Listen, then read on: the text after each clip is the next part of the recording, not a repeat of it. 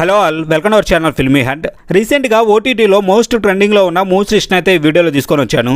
ఈ వీడియోలో చెప్తున్న మూవీస్ అన్నిటిని మీరు చూడడానికి అయితే ట్రై చేయండి, దేన్ని కూడా మిస్ చేసుకోవద్దు. ఈ మూవీస్ అన్ని కూడా మీకు అమేజింగ్ ఫీల్ అయితే ఇస్తాయి. ఈ వీడియో నచ్చితే ఒక లైక్ చేయండి, మీ ఒపీనియన్ ఏదైనా సరే కామెంట్ సెక్షన్ లో కామెంట్ చేయండి. అండ్ కొత్తగా ఎవరైనా మన ఛానల్ చూస్తున్నట్లయితే డోంట్ ఫర్గెట్ టు సబ్స్క్రైబ్. మన ఛానల్ ని సబ్స్క్రైబ్ చేసుకొని పక్కనే ఉన్న బెల్ బటన్ అయితే ఆన్ లో పెట్టుకోండి. ఇంకా లేట్ చేయకుండా వీడియోని అయితే స్టార్ట్ చేసేద్దాం. ఇక మన లిస్ట్ నెంబర్ 1 భామా కలాపం 2. దీని ఫస్ట్ పార్ట్ చూసిన వాళ్ళకైతే ఈ మూవీ ఎలా ఉంటుంది అని ఒక ఐడియా అయితే ఉంది. ఫస్ట్ పార్ట్ చూసిన వాళ్ళే దీన్ని చూడాలి అని ఏమీ లేదు. మీకు ఇంట్రెస్ట్ తో పాటు టైం కూడా ఉంటే ఒకసారి అయితే ఫస్ట్ పార్ట్ ను కూడా ఒకసారి ట్రై చేయండి. సింపుల్ గా దీని కాన్సెప్ట్ ఏంటి అంటే, అనుపమ తన యూట్యూబ్ ఛానల్ ద్వారా వచ్చిన డబ్బుతో ఒక హోటల్ పెట్టుకోవాలి అని డిసైడ్ అవుతుంది. తన పని మనిషి శిల్పాని అసిస్టెంట్ గా పెట్టుకొని బిజినెస్ అయితే స్టార్ట్ చేస్తుంది. అంతా బాగానే ఉంది అనుకుంటున్న టైంలో అనుపమకి ఒక పెద్ద ప్రాబ్లం అయితే వస్తుంది. అందువల్ల తన ఫ్యామిలీ కూడా మళ్ళీ కష్టాల్లో పడుతుంది. ఆమె ఫ్యామిలీ ఎందుకు కష్టాల్లో పడింది, ఆమె ఫ్యామిలీని టార్గెట్ చేసింది ఎవరు, అనుపమ లైఫ్ లోకి వచ్చిన ప్రాబ్లం ఏంటి అనేదే రిమైనింగ్ కాన్సెప్ట్. మూవీ మీకు ఎక్కడ బోర్ అనేది కొట్టదు. కథలోకి వెళ్ళిన దగ్గర నుండి ఇంట్రెస్టింగ్ గా రన్ అవుతూ ఉంటుంది. మీరు మిస్ అయ్యి ఉంటే ఇది ఆహాలో అవైలబుల్ గా ఉంది, సో డోంట్ మిస్ ఇట్. ఇక నెక్స్ట్ నెంబర్ 2 కాక్టైల్. సింపుల్ గా స్టార్టింగ్ నుండి ఎండింగ్ వరకు ఎంగేజింగ్ చేసే మూవీని ట్రై చేయాలి అనుకుంటే మీరు డెఫినెట్ గా ఒకసారి దీని అయితే ట్రై చేసి చూడండి. మూవీ అయితే మీకు చాలా బాగా నచ్చుతుంది. సింపుల్ గా దీని కాన్సెప్ట్ ఏంటి అంటే, రవి అండ్ పార్వతి ఇద్దరు వైఫ్ అండ్ హస్బెండ్. తన కూతురుతో కలిసి లైఫ్ ని లీడ్ చేస్తున్న టైంలో అనుకోకుండా ఒక పెద్ద ప్రాబ్లం తన లైఫ్ లోకి వస్తుంది. ఎవరో అన్నోన్ పర్సన్స్ రవి కూతుర్ని కిడ్నాప్ చేసి ఒక పెద్ద మిస్టరీని సాల్వ్ చేయమని చెప్తారు. అయితే అంత పెద్ద ప్రాబ్లం కి రవికి ఉన్న సంబంధం ఏంటి, అసలు తన కూతుర్ని కిడ్నాప్ చేసింది ఎవరు, ఫైనల్ గా మూవీ ఎలా టర్న్ తీసుకుంది అనేదే రిమైనింగ్ కాన్సెప్ట్. మూవీ మనకి తెలుగులోనే అవైలబుల్ గా ఉంది. ఇన్ కేస్ మీరు చూడడం మిస్ అయితే డెఫినెట్ గా ఒకసారి అయితే దీన్ని ట్రై చేసి చూడండి. ఇది యూట్యూబ్ లోనే మనకి అవైలబుల్ గా ఉంది, so don't miss it. Next number 3 స్వా. ఒక డిఫరెంట్ కంటెంట్ ఉన్న మూవీని చూడాలి అని అనుకుంటే ఒకసారి దీన్ని అయితే ట్రై చేయండి. దీని కంటెంట్ అండ్ ప్రెజెంటేషన్ అన్ని కూడా మీకు నచ్చుతాయి. సింపుల్ గా దీని కాన్సెప్ట్ ఏంటి అంటే, అభిషేక్ ఒక ఆర్కిటెక్ట్ అయితే వన్ ఫైన్ డే తన నాయనమ్మ చనిపోయింది అని తెలిసి ఊరికి వస్తాడు. అలా వచ్చిన అభిషేక్ కి అక్కడ ఒక పెద్ద ప్రాబ్లం అయితే ఎదురవుతుంది. దాని నుండి తప్పించుకోవాలి అని ట్రై చేస్తున్న అభిషేక్ కి కొన్ని సిరీస్ ఆఫ్ ఇన్సిడెంట్స్ తర్వాత తనకి ఎదురైన ప్రాబ్లం టోటల్ గా తన లైఫ్ నే టర్న్ చేస్తుంది. అసలు అభిషేక్ లైఫ్ లోకి వచ్చిన ప్రాబ్లం ఏంటి, ఆ ప్రాబ్లం నుండి తను ఎలా బయటపడ్డాడు, ఫైనల్ గా ఏం జరిగింది అనేదే రిమైనింగ్ కాన్సెప్ట్. మూవీ అయితే చాలా బాగుంటుంది. బట్ అందరూ కొత్త వాళ్ళే కాబట్టి మీకు కొంచెం స్లోగా అనిపించవచ్చు.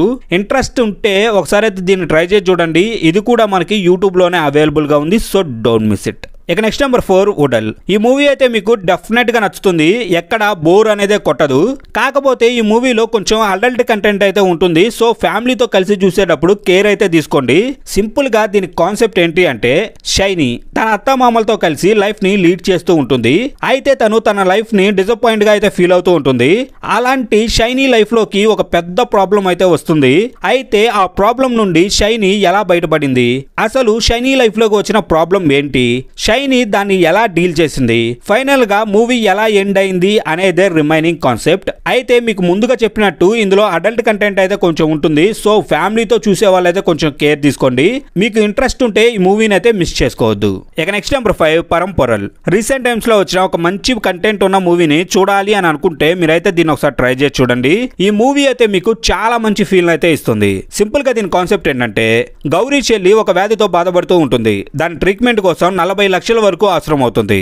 అందుకోసం తను పనిచేసిన సర్గున్ ఇంటితో పాటు ఇంకా కొన్ని ఇళ్లలో దొంగతనం చేస్తూ ఉంటాడు. ఈ ప్రాసెస్ లో ఎస్ఐ మైత్రన్ ఇంట్లో కూడా దొంగతనం చేస్తాడు గౌరీ. కానీ తన బ్యాడ్ లక్ కొద్దీ మైత్రన్ కు గౌరీ దొరికిపోతాడు. సో అక్కడ నుండి కథ ఎలా టర్న్ తీసుకుంది, మైత్రన్ నుండి గౌరీ ఎలా తప్పించుకున్నాడు, ఫైనల్ గా మూవీ ఎలా ఎండ్ అయింది అనేదే రిమైనింగ్ కాన్సెప్ట్. క్రైమ్ థ్రిల్లర్స్ ని ఎక్కువగా చూసే వాళ్ళకైతే ఇది ది బెస్ట్ చాయిస్.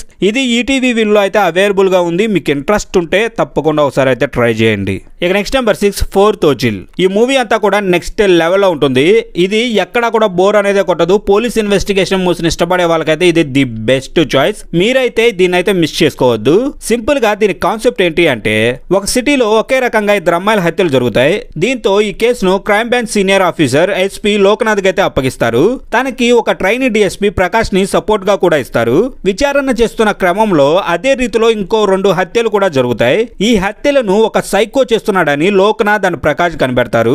మరి ఆ హత్యలు చేసిన సైకోను వాళ్ళు పట్టుకున్నారా లేదా, ఆ ప్రాసెస్ లో వారికి ఎదురైన ప్రాబ్లమ్స్ ఏంటి అనేదే రిమైనింగ్ కాన్సెప్ట్. రాక్షసుడు లాంటి మంచి ఎంగేజింగ్ కంటెంట్ ఉన్న మూవీ ఇది. ఇన్ కేసు మీరు మిస్ చేసుకొని ఉంటే తప్పకుండా ఒకసారి దీన్ని అయితే ట్రై చేయండి. ఈ మూవీ అయితే మీకు నచ్చుతుంది. Next number 7 CBI 5. మర్డర్ మిస్టరీతో పాటు పోలీస్ ఇన్వెస్టిగేషన్ థ్రిల్లర్ మూవ్స్ ని ఎక్కువగా చూసే వాళ్ళైతే దీన్ని మిస్ చేసుకోకుండా ఒకసారి ట్రై చేయండి. సింపుల్ గా దీని కాన్సెప్ట్ ఏంటి అంటే, ఢిల్లీ నుండి కేరళకు విమానంలో ప్రయాణిస్తున్న మినిస్టర్ సమ్మద్ అనూహ్య రీతిలో చనిపోతాడు. ఫస్ట్ లో తను గుండెపోటుతో చనిపోయాడని పోలీసులు అనుకుంటారు, కానీ అతడిది హత్య అని ఇన్వెస్టిగేషన్ లో తేలుతుంది. ఆ తరువాత మినిస్టర్ పిఏ కూడా అదృశ్యమవుతాడు. మినిస్టర్ తో సంబంధం ఉన్న ఒక డాక్టర్ తో పాటు మినిస్టర్ హత్యపై చాలా అనుమానాలు అయితే వస్తాయి. అయితే ఈ కేసుని కొన్ని సిరీస్ ఆఫ్ ఇన్సిడెంట్స్ తర్వాత సిబిఐ చేతికి అయితే ఇస్తారు. సో ఫైనల్ గా కథ ఎలా ఎండ్ అయింది అనేదే రిమైనింగ్ కాన్సెప్ట్. మూవీ ఎక్కడా కూడా బోర్ అనేదే అనిపించదు. ఎండింగ్ వరకు కూడా ఇంట్రెస్టింగ్ గా రన్ అవుతూ ఉంటుంది. ఇదైతే మనకి యూట్యూబ్ లోనే అవైలబుల్ గా ఉంది. ఇన్ కేస్ మీరు చూడడం కానీ మిస్ అయి ఉంటే డెఫినెట్ గా ఒకసారి దీన్ని అయితే ట్రై చేయండి. మళ్ళీ ఇక్కడతో అయితే కంప్లీట్ అయింది. ఇప్పుడు చెప్పిన మూవీస్ లో మీరు ఆల్రెడీ ఏవైనా చూసుంటే మీ ఎక్స్పీరియన్స్ అయితే కామెంట్ సెక్షన్ లో కామెంట్ చేయండి.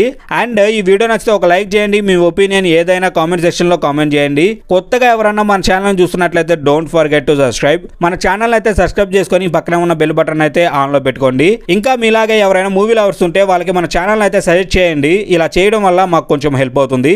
ఇంకా తిరిగి ఇంకో మంచి కంటెంట్ తో అయితే మీ ముందుకు వస్తాం.